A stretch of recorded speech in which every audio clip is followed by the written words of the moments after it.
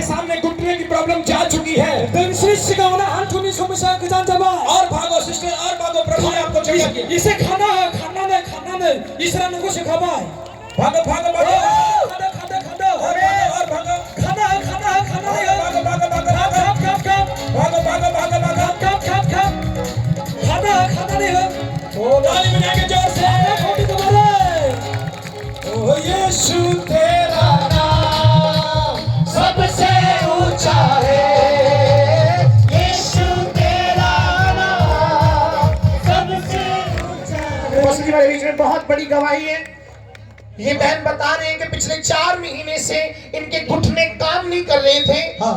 और ये बैठ भी नहीं सकते थे अच्छे से। कैमरा बेटा, कैमरा थोड़ा दूर रखा करो, पीछे हो जाओ, कैमरे वाले थोड़े दूर हो जाओ, कैमरे वाले हाँ थोड़ा दूर हो जाओ। हाँ बस ये पिछले 4 महीने से इस बहन के घुटनों में प्रॉब्लम थी। हाँ। और ये बैठ नहीं पाते थे, और अगर बैठ जाते थे उसके बाद उठ नहीं पाते थे।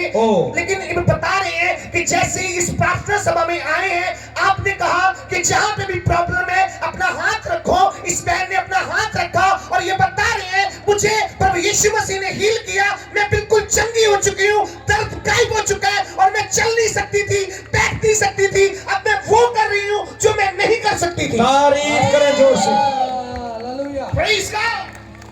내 아부와